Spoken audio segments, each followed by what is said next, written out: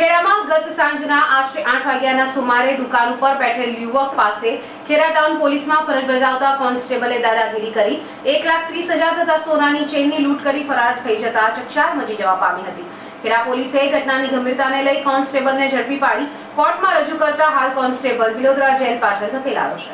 ખેડામાં ગત સાંજે આશરે 8 વાગ્યાના સુમારે અનિરુદ્ધ ઉર્ફે સહદેવસિંહ ઘનશ્યામસિંહ ચાવડાની દુકાન પર ખેડા ટાઉન પોલીસ સ્ટેશનમાં ફરજ બજાવતા કોન્સ્ટેબલ મકસૂદભાઈ પોતાનો રૂઆબ બતાવીને તેમની દુકાન પર બેઠેલા તેમના ભાઈ પર દાદાગીરી કરી રહ્યા હતા।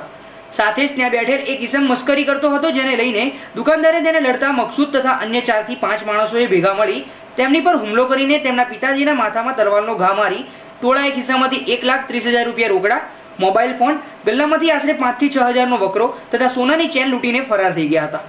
ઘટનાને લઈને અનિરુદ્ધે ખેડા ટાઉન પોલીસ મથકે કોન્સ્ટેબલ મકસૂદભાઈ તથા અન્ય ઈસમો સામે ગુનો નોંધાવ્યો હતો, જેને લઈને પોલીસે કોન્સ્ટેબલ મકસૂદભાઈને ઝડપી પાડી કોર્ટમાં રજૂ કર્યો હતો, જ્યાં કોર્ટે તેને બિલોદરા જેલ ખાતે મોકલી આપ્યો હતો।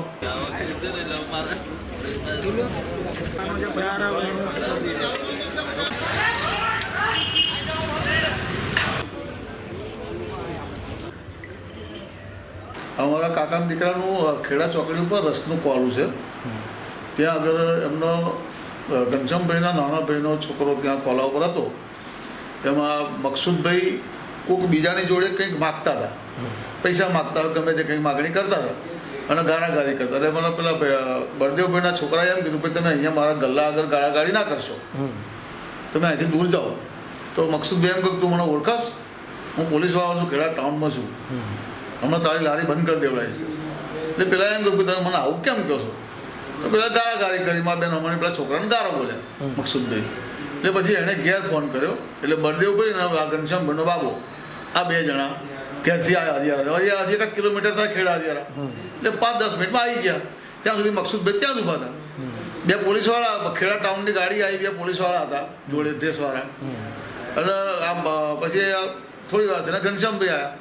તો પેલા 2 છોકરાઓ પેલા સહદેવભાઈ જે ઘનશ્યામભાઈ બાબો છે એને આ લોકોએ ધમકી આપી। એમાં મકસૂદભાઈ ખીચામાંથી ફોન કાઢી અને મકસૂદભાઈએ ફોન કરી અને બીજા 15-20 માણસોને એમણે બોલાવી લીધા।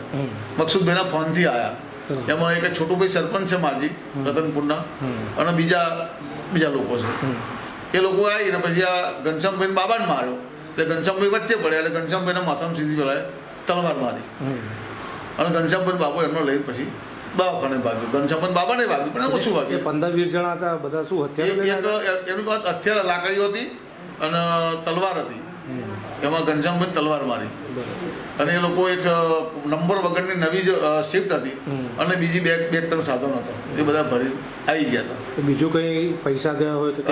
એમાં ઘનશ્યામભાઈ ઘેર હતા। આ બનાવ બને અડધા કલાક પહેલા જ અમારા ગામના મુન્નાભાઈ પટેલ છે, એમણે 1,20,000 રૂપિયા એમને આપ્યા છે। એ 1,20,000 આ સમાચાર જેવા ફોન મળ્યો એટલે 1,20,000 ખીચામાં ઢાળી અને સીધા ખેડા ગયા હતા।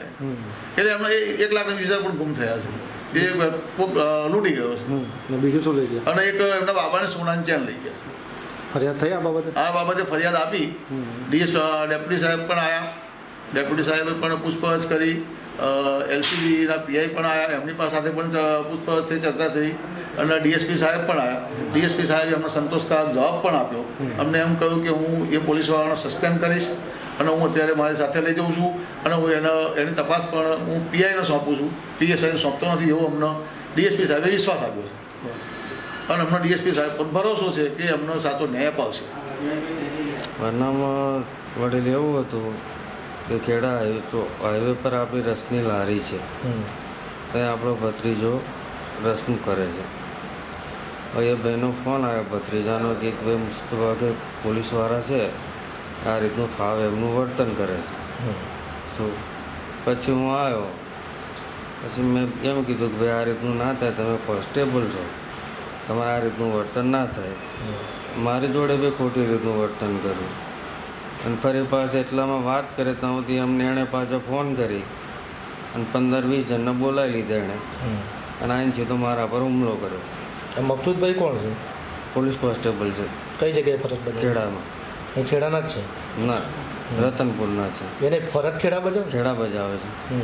એટલે તમને એવું કીધું બંધ કરી દો રસનું ખોલું? હું કોન્સ્ટેબલ છું કે રસનું બંધ કરી દે કે છે। બીજી કઈ લૂંટ કરી? એમાં મારા પૈસા ગયા છે। કેટલા પૈસા? 1,20,000। બીજું શું કર્યું? એક બાબાનો દોરો ગયો છે. તમે ફરિયાદ કરી? ક્યાં કરી? ખેડા ટાઉનમાં. આજરોજ ખેડામાં લગભગ સાંજના 8 વાગ્યાના સુમારે બસ સ્ટેન્ડ પાસે શેરડીના રસની દુકાન ધરાવતા એક ભાઈ છે ફરિયાદી, એમની દુકાન પાસે એક અમારા પોલીસવાળા ભાઈ કંઈક કામે ગયા છે અને ત્યાં એમને ઝઘડો થયો. એમાં પછી બધું મારામારી થઈ ગઈ. એમાં ફરિયાદી જે છે એના કાકાને માથામાં કોઈ તીક્ષ્ણ હથિયારથી ઈજા થયેલી જણાય છે. હાલ તેઓ સારવાર હેઠળ છે. પોલીસ બંદોબસ્ત ગોઠવી દીધેલો છે.